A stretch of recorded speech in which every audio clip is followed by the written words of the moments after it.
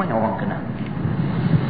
Anak ada 7 orang, seorang aja hisap dadah, cukup untuk menjadi duri dalam hidup dia. Seorang cukup. 6 orang lagi kerja baik-baik semua, hak seorang ni jadi penghisap dadah, cukup untuk menjahanamkan hati mak dan bapak dia. Ketika itu bapak dia binasa, malu dekat orang, binasa kerana anak dia rosak di depan mata dia, sedangkan dia tak boleh nak buat apa-apa. Itu juga kebinasaan bagi orang yang berumah tangga. Seperti sabda Nabi SAW, kafa bil mar'i isman an yudhi'a man ya'ud. Artinya memadailah dengan seorang itu derhaka dan dosa, bahawa menghilangkan ia akan hak orang yang wajib nafkah ke atasnya. Berdosa kalau sekiranya kita tak boleh bertanggungjawab ke atas nafkah keluarga kita. Dan telah meriwayatkan oleh setengah ulama bahawa sesungguhnya orang yang lari daripada ahlinya itu seperti menempati hamba yang lari daripada tuannya.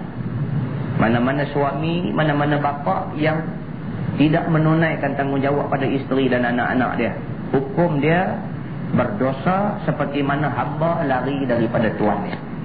Berdosa dia, iaitu tiada diterima baginya sembahyangnya dan tiada diterima pula puasanya sehingga kembali kepada ahlinya. Hamba abdi lari daripada Tuhan dia. Selama tempoh dia lari itu, sembahyang Tuhan tak terima, puasa semua ibadat dia buat Tuhan tak terima. Maka demikianlah juga suami ataupun bapa yang lari daripada tanggungjawab terhadap isteri dan anak-anak dia. Selama dia lari, selama itulah Allah Subhanahu Wa Taala tidak akan terima ibadat dia. Banyak jadi dalam masyarakat kita hari ini.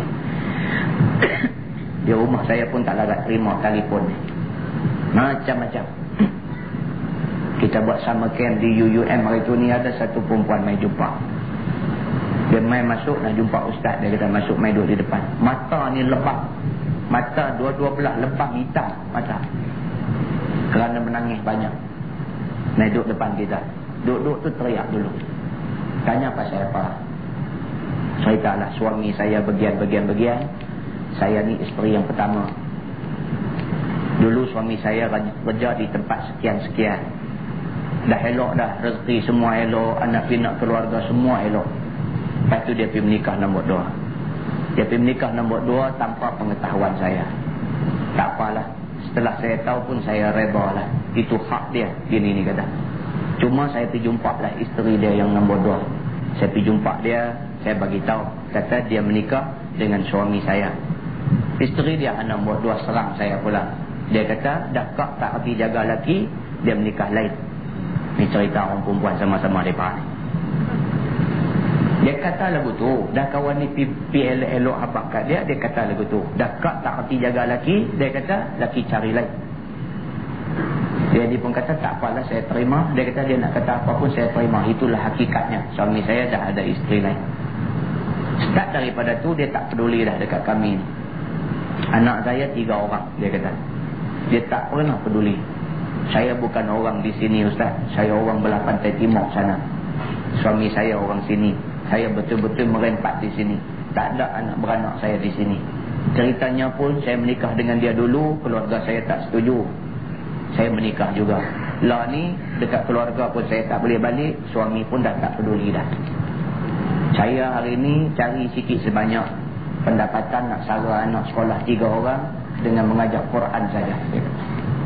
Kadang-kadang ustaz saya kata sampai tak ada apa nak makan di rumah. Sebab tak boleh cakap. Oh ya. Kita boleh nampak dia kena zalim. Kita boleh nampak. Orang yang main berlakon buat cerita kita kenal. Dengan orang yang betul terseksa kita kenal. Lepas tu dia kata baru ni menikah pula seorang lagi. 3. Bini nombor 2 mai pula rumah dia. Dia kata mai, dia kata sungguh lelaki kita ni tak dia pakai langsung. Dia pergi menikah pula seorang lagi. Dia ni kata ikut-ikut hati ustaz. Dia kata nak kata dia apa saya hang tak hati jaga dia. Dia pergi cari lain. Tapi saya ingat-ingat benda ni semua dosa. Tak ada guna saya kata macam tu. Cukuplah saya tanggung dan hari ini seorang lagi akan menanggung apa yang saya tanggung selama ni. Jadi ini yang kita tak mahu.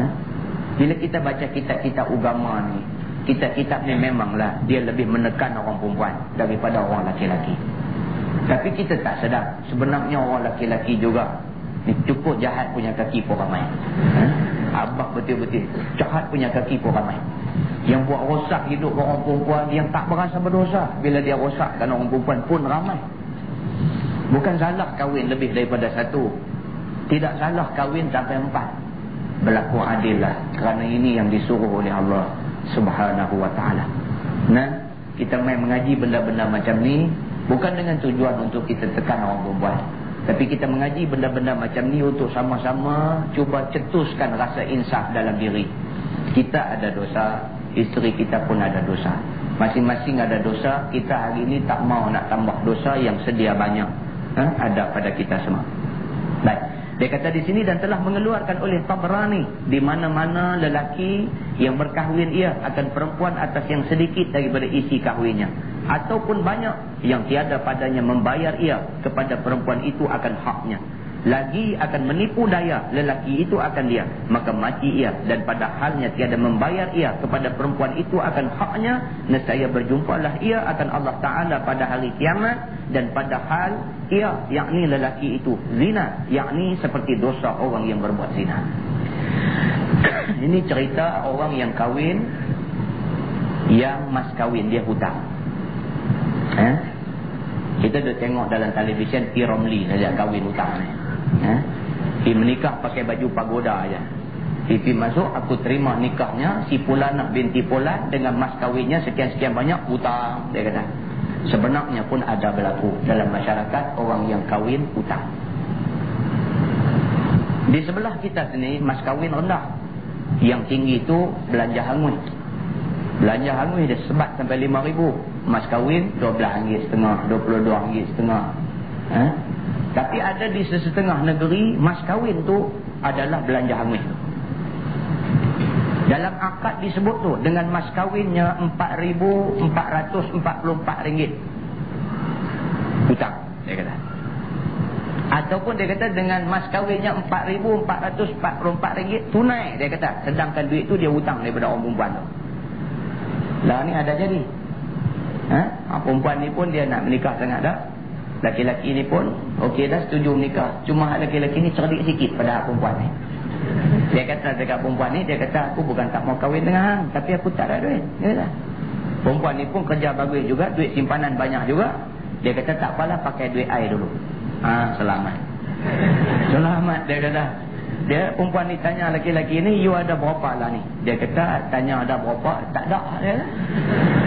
Tak ada. Baik, takkan saya nak tanggung semua. Dia kata tak apalah, isu-isu saya bayarlah. Jadi dalam majlis akad, dia kata dengan mas kahwinnya sekian-sekian banyak tunai, sedangkan hakikatnya dia berhutang.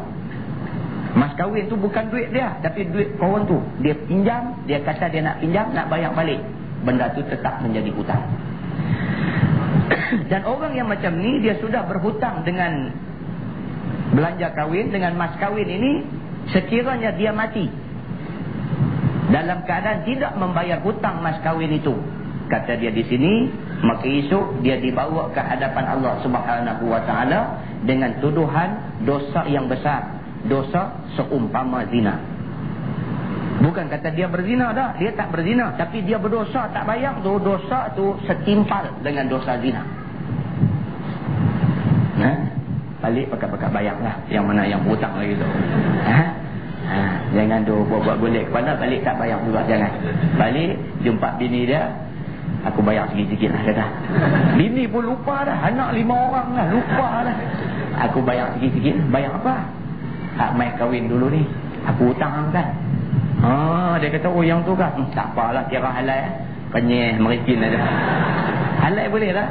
Boleh, halal boleh. Tapi mesti dengan pengakuan halal daripada orang yang memberi hutang. Jadi kita ada dua cara lah. Sama ada balik bayar sikit-sikit, ataupun balik buat muka sedih minta halal. Kalau tidak, dosa kita dia kata dosa seumpama dosa orang yang berzina. Dan kata Imamul Ghazali rahimahullahu ta'ala, barang siapa tiada kuasa daripada mendirikan hak ahlinya, dan jika ada ia hadir sekalipun, maka ia itu seperti orang yang lari daripada ahlinya. Suami ada di rumah, dan suami pun tak mati, memang dia ada di rumah, hidup sekali dengan isteri dia, tapi dia tak kuasa untuk memenuhi nafkah kepada isterinya. maka dia berdosa.